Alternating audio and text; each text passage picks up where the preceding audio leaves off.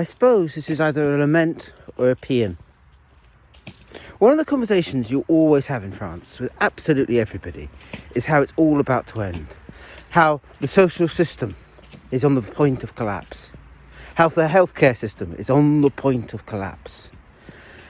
And they're being told this by their media, which is fine. And they're being told it because the unthinkable is probably about to happen. That after resisting the forces of what I would call monetarism, or just straight capitalism, but I know some of you call neoliberalism. I would also call it the cult of pain, but we'll come back onto why in a minute. For, 50 years. The far-right parties, so the Front National, are finally supporting the monetarist policies of Barnier and Macron to rip out the French social establishment. It's a big thing. Whether it happens, I'm not so sure, because the French protest a lot, and it is also true that the left are the largest, but not the dominant party in the French Parliament. So watch this space. This has been about to happen for 50 years, but they really think it might happen. And behind it, there is a real sadness. Because don't get me wrong, France is annoying. If you want to do anything, you have to fill in 5 forms. If you want to buy anything on the internet, you have to prove you're worthy of buying. And you certainly can't open a bank in France, not unless you are French. That's not quite true, you have to be a French resident, but it's pretty hard. But behind that, there is a social provision that is absolutely remarkable. You might have to fill in 5 forms. You might have to always ask for everything. You won't be given anything here. But if you ask, and you fill in the forms, and you are judged right, it will happen. There's money. There's money for social welfare. There's actually money that supports people. Here in the Ariège, one of the poorest regions in France, very rural, misty today. That support is probably what keeps the entire place from collapsing, actually into the wild. It matters then to people. And more than that, it should matter to all of you, because France is like a kind of like an Isham Island Biota.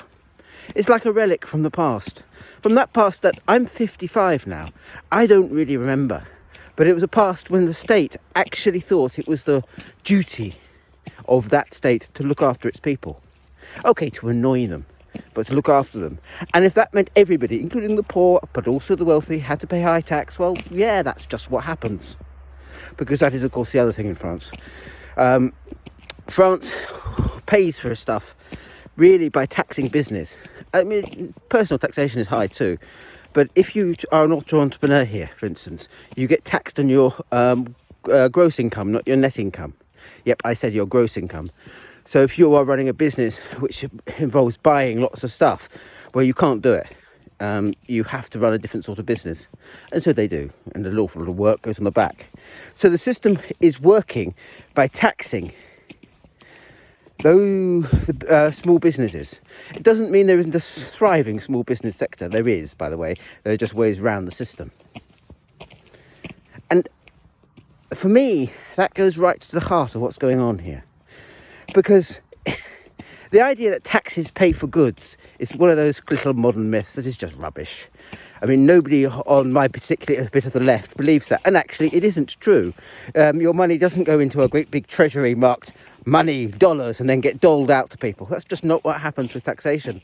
Actually, what happens is the money's paid in and the figures disappear because government is financed by borrowing. But that's not the point of taxation. Taxation is a cult of pain. By forcing you to pay some of your money to the government, you actually create value. It's closer to the Aztec cults of pain than it is to anything in the medieval period. And societies are defined by who they tax worst. They're defined by where they create the pain. And it is in that pain that we all know money has its value. Because numbers have no value. Nothing. Paper has no value. Nothing. Even shiny bits of gold has no value. The value is in the suffering that lies behind them. And for 50, 60 years, within Britain, within now, and all the Anglo-Saxon world, and all the Germanic world. And since the collapse of 2008 and then the sovereign debt crises of the 2000 and 2010s, most of the Latin world, the emphasis has been hugely on taxing the poor. Tax the poor to the pipsqueak. And one of the things that drives the far right is that they're the people who are actually prepared to tax the poor, but will make the poor feel as if it isn't really happening. And that's a trick of ideology. It's a trick of propaganda, and it's a trick of media organisation. In many ways, it's not quite real. Obviously, it's not real. And in France, it's met its nadir, because the Front National have supported policies that are very, very clearly moving a state where the cult of pain was held by business to a cult of pain felt by the poor, by the individuals, by Joe Public. And why this is so incredibly sad for me, and why it is so incredibly sad for the French, is because they're very aware of something. They're aware of the French ethic that life is not about working. Particularly down here in the south, people do not live to work. They just don't. That's not the whole point of it. Life is for living. It's for enjoying yourself. And actually, everybody has a right to enjoy themselves. But more than that, they have a duty to support their neighbours when they're buying. So here, where we are, the Ariège is rural. It is like bits of Devon, but on acid. So there was always a movement in Devon to buy local. Well, France, the Ariège never stopped buying local. If I go to my local market, now I go to the one that's good, but there I can buy 3 or 4 local producers, and they're producing organic and local and not moving their food, and they're probably living fairly off-grid, and they genuinely are. And here, everybody is aware of that. So they're aware that France made the jump into modernity, keeping some of the old bits of the world, the old value systems of the world. And actually, those value systems matter. So the tragedy, the irony of something like the Ariège is that it's made it all the way through to this whatever stage of capitalism you want to call it, to the moment where we actually really have to worry about where food comes from. We actually have to think about how it's being produced. We have to worry because of global warming. It's got all that distance. And now the cult of pain is actually winning in France. And it's about to lose that thing that it had kept, that thing the rest of the world actually needs. And it's kind of tragic. As I said, whether it will happen is a bit watch this space. Every government since Mitterrand has been meant to be sorting out the French state and saying, well, don't worry, we won't do this. We'll stop this thing we're doing of hurting the wealthy. We'll hurt the poor because that's where value really is. For 50 years. So maybe it won't happen.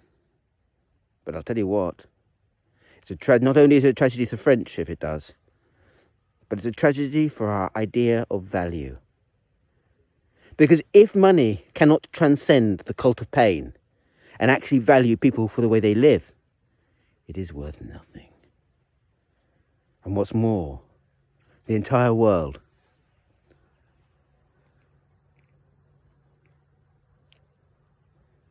will have been sacrificed on the altar of that nothing.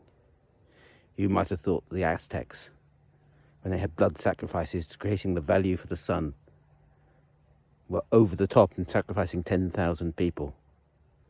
But we will have sacrificed everything and gained nothing. So worry about France, because in that worry, you are caught.